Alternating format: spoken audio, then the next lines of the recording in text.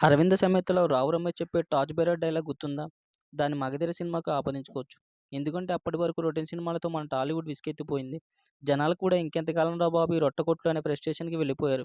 ఇతర ఇండస్ట్రీల నుంచి కూడా చివర్లు తప్పలేదు. అలాంటి సమయంలో వచ్చి టాలీవుడ్ రూపురేఖలు మార్చివేసింది 'మగధీర' సినిమా. ఏంటిది తెలుగు సినిమానా అని యావత్ భారత చిత్రసీమని సంభ్రమాశ్చర్యాలకు గురిచేస్తూ సరికొత్త ట్రెండ్‌కి శంఖం పూరించింది. తెలుగు సినిమా చరిత్రలో కనీ వినీ ఎరుగని సరికొత్త అధ్యాయాన్ని లిఖించింది. చారిత్రక నేపథ్యానికి, ప్రస్తుతానికి లింక్ పెడుతూ దర్శకధీరుడు రాజమౌళి తీసిన ఈ సినిమా భారతీయ చిత్రసీమను ఉలిక్కిపడేలా చేసింది. అప్పట్లో 40,00,00,000 బడ్జెట్ వెచ్చించి ఒక విజువల్ వండర్‌ని తెలుగు చిత్ర పరిశ్రమకు అందించాడు జక్కన్న.